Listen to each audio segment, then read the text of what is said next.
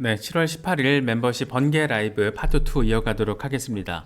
그리하여 어쨌든 이런 기대감을 가져다 주는 그런 포인트들이 자리하고 있는 상황에서 과연 그럼 리플 XRP 앞으로 어떤 흐름을 보여주게 될 것이냐, 이게 사실 우리로 하여금 가장 긴장하게 만드는 포인트잖아요. 일단 0.93달러 찍고 나서 지금 조정받는 양상을 이어가고 있습니다. 그래서 추가 조정이 이어질지, 조금 더 이어질지, 아니면 어느 순간에서는 힘을 모으다가 이제 반등을 하게 될지, 뭐 그런 기대감이 깔려 있어요.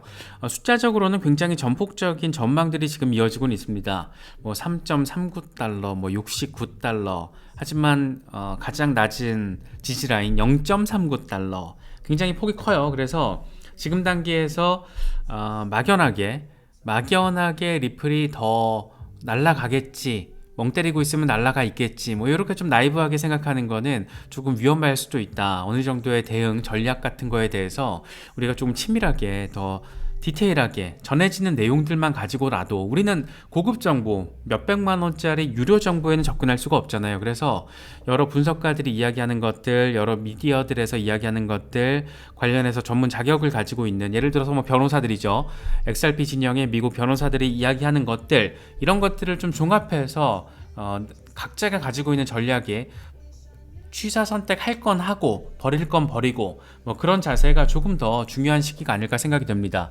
다만 지금 XRP가 좀 힘을 이렇게 받지 못하고 있는 가운데 차라리 좀 비트코인이라도 힘을 쫙 받아주면, 그런 상황이면 좀 더 좋았을 텐데 지금 상황이 그렇지가 못합니다. 일단 비트코인은 다시 3만 달러 위로 올라서긴 했지만 장중에 일시적으로 3만 달러를 반납하는 상황을 보여주기도 했습니다. 거시경제적인 악재 요인이 일시적으로 투자 심리에 조금 악영향을 미친 것으로도 바라볼 수 있을 것 같은데, 일단 러시아가, 이번에도 러시아가 또 이런 내용을 밝혔습니다. 우크라이나와 흑해에 있어서 이 곡물 협정 종료하겠다. 그러니까 우크라이나 전쟁 발발 이후에 러시아가 우크라이나와 흑해에서 수출되는 곡물에 대해서, 이 수출되는 배에 대해서는 안전을 보장하겠다. 그러니까 글로벌 식량 위기가 강화될 수 있는, 악화될 수 있는 그런 상황을 방지하겠다. 이런 차원에서 이제 곡물 협정을 체결을 했던 건데, 그걸 갑자기 오늘부터 무효 이렇게 얘기를 해버린 거예요. 그렇다 보니까 식량 가격 인플레이션이 또다시 발생할 수 있는 게 아닌가. 안 그래도 지금 인플레이션이 거의 잡힐까 말까 이러면서 조금 둔화세를 보이고 있는데, 그 와중에 인플레이션의 관점, 긴축의 관점에서 바라보자라면 이거 되게 안 좋은 소식이 지금 하나 또 더해진 거죠. 그래서 협정 내용 가운데 일부 내용이 제대로 이행이 되지 않았다. 그래서 흑해 곡물 협정 중단을 결정했다라는 내용을 크렘린궁 대변인이 오늘 발표를 했습니다. 그래서 곡물 협정은 오늘부터 효력이 없다, 이렇게 얘기를 해요. 그래서 자국 농산물과 비료에 대한 수출 보장 약속이 지켜지지 않았다라고 주장하면서 이번에 협상을 종료를 한 거거든요.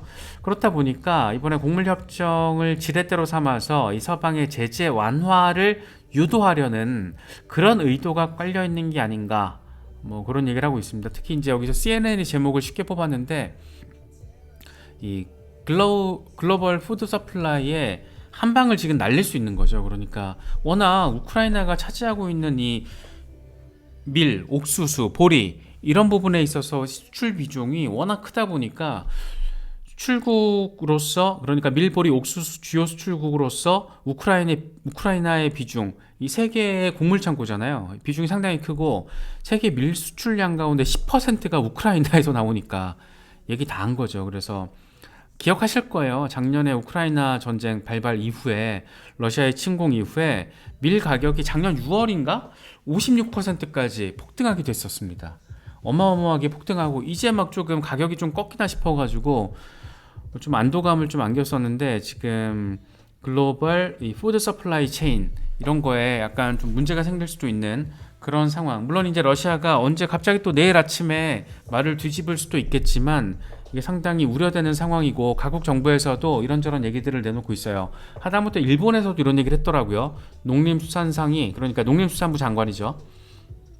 러시아의 이번 조치는 세계 식량 공급에 있어서 상당히 안 좋은 영향을 끼칠 것으로 우려가 된다. 그래서 밀과 옥수수를 비롯한 식량의 국제 가격이 오를 것으로 전망이 된다.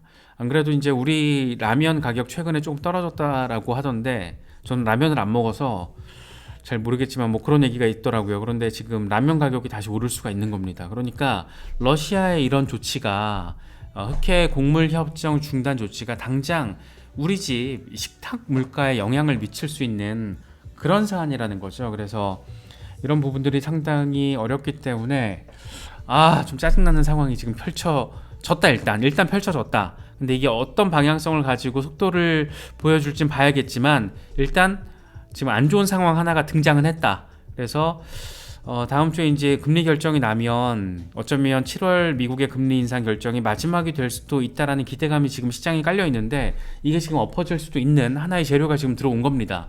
물론 방향성을 좀 더 봐야겠죠. 이게 얼마나 속도를 갖게 될지는 좀 봐야겠지만 아무튼 안 좋은 시그널이 하나가 들어왔고 그래서 비트코인 같은 경우에도 일시적으로 3만 달러를 반납하기도 했다. 뭐 이런 상황을 우리가 좀 체크를 해볼 필요가 있을 것 같습니다. 그래서 단기적으로 그럼 비트코인이 과연 어떤 흐름을 보일 것이냐라는 지점을 봤을 때는 이건 마이클 반데포페가 분석을 한 건데 조금 더 빠질 가능성을 이야기를 하고 있어요. 그래서 29,500달러까지 일단 가능하고 좀 더 빠져서 29,000달러 가능성까지 이야기를 합니다. 그러고 나서 여기서 추가로 빠지는 게 아니라 29,000달러 부근에서는 일단 여기서는 지금 견고하게 저항을 한 번, 두 번, 세 번째 저항 지지받고 나아갈 것이다. 어디까지? 32,500달러 그리고 나서 34,000달러 이후 38,000달러까지 랠리가 이어질 가능성이 있어. 이런 얘기를 하고 있는 겁니다. 그러니까 지금 3만 달러 간신히 또 반등을 하긴 해줬지만 29,000달러까지 하락할 가능성이 차트적으로는 보여진다라는 얘기를 마이클 반데포페가 지금 하고 있습니다. 이건 스탁머니 리잘드인데 이 양반도 비슷한 얘기를 지금 다른 관점에서 하고 있거든요. 이건 지금 위클리 차트인데 2016년의 경우에 한 번 저항 맞고 또 한 번 저항 맞고 25주 단순이동 평균의 지지를 받고 한 번 더 받고 랠리했다. 이런 얘기를 하고 있거든요. 그래서 이번 같은 경우에도 지금 한 번 저항 맞았고 또 한 번 저항 맞고 지금 빠지고 있는데 그래서 28,500달러까지 빠질 가능성이 있을 것 같아. 왜냐면 25주 단순 이동 평균이 지금 이어지고 있는 패턴을 예측해 보면 여기까지 빠져서 이게 어디냐면 28,500달러 정도 부근이거든. 그래서 여기서 반등받고 나아가게 되지 않을까. 4만 달러를 향한 랠리가 펼쳐지게 되지 않을까. 뭐 이런 얘기를 지금 하고 있습니다. 그래서 단기적으로 비트코인이 어떤 방향성을 가질 것인지에 대해서는 이런 부분들 조금 길게 봤을 때는 이런 차트 참고를 하시면 어떨까 생각이 듭니다. 이건 XRP 차트예요. 그래서 지금 일단 비트코인이 조금 흐름이 잘 가져야 되는데 비트코인의 흐름에 영향을 미치는 글로벌 거시경제적인 관점에서의 악재가 지금 더해졌고 그렇다 보니까 비트코인 XRP의 흐름도 지금 막 지지부진한 상황. 물론 퍼포먼스의 비중을 따져보다라면 비트코인 대비 퍼포먼스는 좋아요. 그런데 아쉬운 부분이 있죠. 그런데 이 차트를 보니까 또 재밌습니다.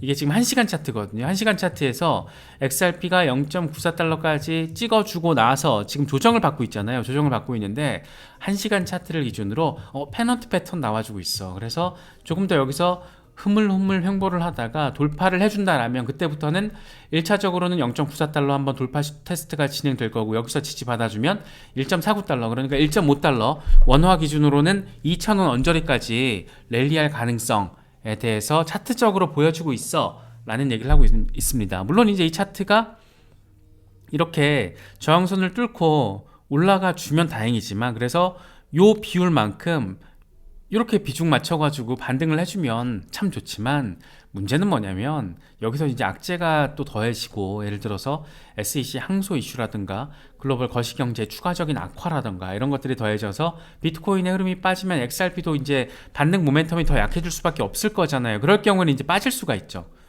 제가 이런 부분을 지금 추가로 더 말씀드리는 게 뭐냐면 이런 차트를 보고 막연하게 XRP 더 간다, 더 갈 것 같다, 더 간다며 이렇게 되게 1차원적으로 생각하시는 부분들이 아주 소수가 있습니다. 아주 소수. 전체 1, 2% 정도가 지금 계신데 그렇게 바라보시면 안 돼요. 모든 차트는 양날의 검이고 차트는 말 그대로 차트 기술적인 흐름일 뿐입니다. 어떻게 될지는 앞으로 진행될 이 차트에 영향을 주는 요인들, 재료들이 뭔지에 따라서 달라지기 때문에 요거를 차트에서 요것만 표시되어 있다고 요 숫자만 기억하시면 안 된다라는 말씀을 좀 그 2% 분들에게 꼭 드리고 싶습니다. 그렇게 막 간단하게 바라보시면 진짜 큰일 날 수가 있어요. 이 벼락거지가 될 수 있습니다. 그래서 투자라는 시장이 그렇게 만만치 않기 때문에 차트적으로 절대 쉽게 그렇게 이어지지 않는다. 그런 부분들 좀 강조해서 말씀드리고 싶고, 특히 XRP 같은 경우에는 이번에 소송 이슈가 긍정적으로 해석되는 부분이 나오면서 굉장히 막연하게 더 오르겠네 라는 관점으로도 접근하시는 분들이 뭐 저희 채널보다는 이제 다른 커뮤니티에서 보면 그런 내용들이 많이 포착되거든요. 그런 심리로 접근하시면 이제 안 된다라는 거 잘 알고 계실 거예요. 그래서 그런 부분들은 제가 또 한번 이렇게 강조해서 말씀드리겠습니다. XRP는 투자하기 진짜 어려운 종목이다. 앞서 우리가 파트 1에서 짚어봤던 것처럼 소송 관련해서도 굉장히 크게 악재가 될 수 있는 잠재적인 요인들도 있잖아요. 근데 우리는 그 악재보다 긍정적인 부분이 더 무게가 실릴 것으로 기대를 하고 있고 그러길 바라고 있는 입장이지만, 반대 상황이 펼쳐질 수도 있죠. 그건 우리가 어떻게 할 수 있는 게 아니니까. 이 두 가지 상황을 굉장히 예민하게 바라보면서 접근을 해야 된다, 이런 말씀을 좀 한 번 더 드리고 싶습니다. 이건 JD가 분석을 한 건데, 이건 위클리 차트거든요. 위클리 차트에서 2021년 고점 당시부터 계속 이어져 왔던 2년 반 동안의 저항 라인이 저번에 한번 이때죠. 그 힘먼 스피치 이메일 공개됐을 때 팍 찍어주고 나서 6월 달에 빠졌잖아요. 그러고 나서 이번에 폭등을 해줬잖아요. 그러고 나서 주간 차트를 보니까 시원하게 올라서 줬어. 상단 저항이 확 뚫려줬어. 그래서 지금 여기서 조정을 받고 있는데, 폭을 보면 지지를 받을 가능성이 더 높아진 거잖아요. 그렇기 때문에 이제 날아간다. 좀 장기적으로 봤을 때 차트적으로는 지지를 확고하게 받아주고 있기 때문에 반등할 가능성이 높다라고 지금 이야기를 하고 있는 겁니다. 하지만 빠질 경우에는 여전히 0.7달러, 0.8달러가 까지도 빠질 수 있다. 뭐 이런 부분들도 염두에 두시면서 받는 가능성을 기대를 하셔야 된다. 뭐 이런 부분 말씀드리고 싶습니다. 이건 암호화폐 분석가 JD가 분석한 거거든요. 그래서 그걸 가져온 건데, 아무튼 이런 부분들도 일단 위클리 차트에서 이런 큰 흐름이 포착된 거 분명히 이거는 긍정적인 부분은 맞아요. 그런데 아직 이슈적으로 리플 사건과 관련해서 악재가 들어올 수도 있기 때문에 그런 가능성은 늘 염두에 두고, 막연한 기대감, 막연한 희망회로는 금물이다. 이런 부분들, 그래서 제가 조금 더 강조해서 말씀드리는 겁니다. 그럼에도 불구하고 리플랩스의 입장에서는 이번 지금 아날리스트 토레스 판사의 판결을 놓고 이걸 긍정적으로 잘 활용해 보려고 엄청 애쓰는 모습이 보이고 있습니다. 이건 스튜어트 알데로티가 밝힌 내용인데, XRP를 사용하길 원하는 미국 은행들, 기관들이 이제 관심을 보이기 시작할 것이다. 그래서 우리는 3분기에 리플 ODL 제품 사용과 관련해서 미국 기관들과 적극적으로 협의를 진행하길 원한다.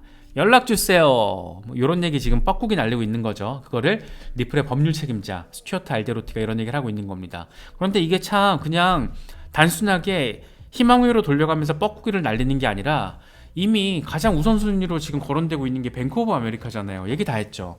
그래서 미국의 2대 상업은행 뱅크 오브 아메리카 같은 경우에는 2016년부터 이미 리플과 파일럿 프로젝트를 진행해 왔습니다. 어떤 내용인지에 대해서는 공개가 안 됐는데, 당시에도 리플 대변인이 뱅크 오브 아메리카와 파일럿을 진행하고 있는 건 맞아 라고 얘기를 했어요. 그런데 2016년이라는 시점을 따져보면 그때는 리플이 국경간 송금의 그 1차적인 리플의 특징에 굉장히 크게 방점을 찍고 있었을 시기였기 때문에, 아마도 국경간 송금 결제, XRP, 리플 이런 핵심 1차원적인 기본 토대와 관련해서 협업을 진행했을 가능성이 매우 높다라고 개인적으로는 바라보고 있습니다. 그래서 작년 같은 경우에 링토가 이런 얘기를 했었어요. 뱅크 오브 아메리카는 리플과 ODL 파트너를 맺기 위해서 소송 종료를 기다리고 있다. 소송이 지금 완벽하게 종료된 것은 아니지만 판결이 지금 우호적으로 나왔기 때문에 뱅크 오브 아메리카가 리플 XRP를 활용한 국경간 송금을 채택할 가능성이 상대적으로 높아졌다라는 기대감이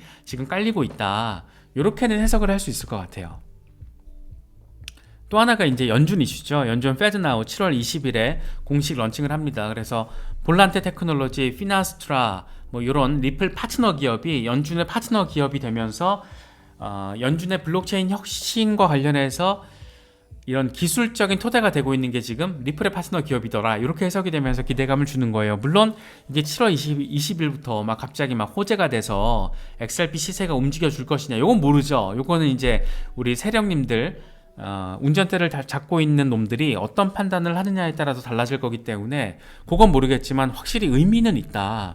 이게 지금 볼란테 테크놀로지가 출시한 상품 볼페이라는 게 있거든요. 볼페이가 쉽게 말하면 리플을 통해서 블록체인 혁신을 활용해서 페이먼트, 실시간 페이먼트, 저렴한 페이먼트를 구축하고 있는 겁니다. 이런 볼페이의 기술력을 통해서 이번에 연준이 실시간 결제 송금을 가능하게끔 된 거죠. 물론 이제 볼란테 테크놀로지뿐만 아니고 피나스트라도 있고 몇 개 더 있잖아요. 그 중에 이제 한 서너 개 기업이 리플의 파트너 기업들인데, 그래서 이런 어떤 기대감이 또 깔려 있는 것도 사실이고, 그래서 생태계 확장과 리플 XRP에 대한 미국을 비롯한 글로벌 채택에 대한 어떤 기대감이 높아진 건 분명한 사실이에요. 특히나 이 뱅크 오브 아메리카 이슈 같은 경우에는 그동안 리플의 매출의 90% 이상은 미국 밖에서 발생을 해왔다라는 거잖아요. 그런데 이번 아날리사 토레스 판사의 판결 이후에는 이걸 근거로 미국 내에서 이제 매출을 올릴 수 있는 환경이 조성됐다라고 리플은 판단을 할 수 있는 거죠. 그러니까 리플 CLO가 이런 얘기까지 하는 거고, 우리한테 오세요 연락 기다릴게요, 이런 얘기 지금 하고 있는 겁니다. 상당히 지금 재밌는 상황이 펼쳐지고 있다라고 바라볼 수 있을 것 같아요. 그래서 리플의 어떤 글로벌 채택이 얼마나 가속화되고 더 가시화되느냐에 따라서 우리가 바라는 어떤 리플의 의미 있는 시세 성장, 저는 시세 상승이라기보다 XRP 같은 경우에는 시세 성장이라는 표현을 조금 사용하고 싶은데, 막 이렇게 단순하게 잡코인들 펌핑하듯이 그렇게 막 날아가는 상황을 기대하기는 분명히 어렵습니다. 특히 2021년 강세장 같은 경우에는 글로벌 유동성이 어마어마하게 코로나 팬데믹이라는 특이 상황 속에서, 특이 상황으로 인해서 돈이 시장에 넘쳐났을 때, 그때 이제 시장에 폭등이 일어났던 거고, 근데 지금 시장에 돈이 말라있는 상황인데 그때처럼 왜 안 날아가냐 이런 얘기 하고 있는 거는, 정말 그거는 조금 냉정하게 표현을 하면 정말 무식해서 그런 거예요. 그래서 우리는 무식하면 안 됩니다. 그래서 우리는 무식하지 않기 때문에 이걸 조금 더 현실적으로 냉정하게, 물론 나라가 좀 좋지만 지금 상황이, 거시경제 환경이 과거와는 다르다라는 점, 그런 거를 조금 우리가 인식을 냉정하게 해야겠죠. 그래서 막연하게 리플과 관련해서 우호적인 내용이 나와줬기 때문에 리플이 날아간다, 이런 사고방식은 진짜 위험합니다.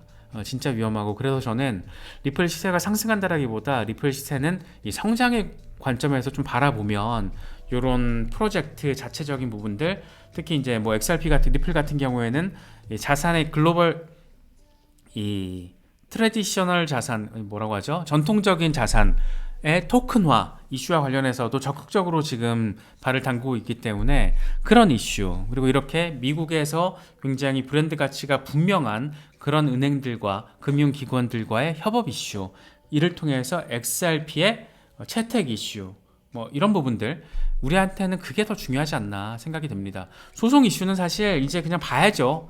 이제 우리 입장에서 어떻게 할 수 있는 게 없잖아요. 그동안의 XRP 홀더들은 법원에 막 푸시도 했잖아요. 이 아미시 브리프 제출하면서 서명하면서 XRP 홀더들이 직접적으로 참여를 한 부분이 있었지만, 이제는 할 수 있는 게 없습니다. 증거 채택이 추가로 이루어지는 것도 아니고, 아날리사 토레스 판사가 어쨌든 나름의 기준을 가지고 판결을 한 거기 때문에 이제는 그냥 기다리는 거.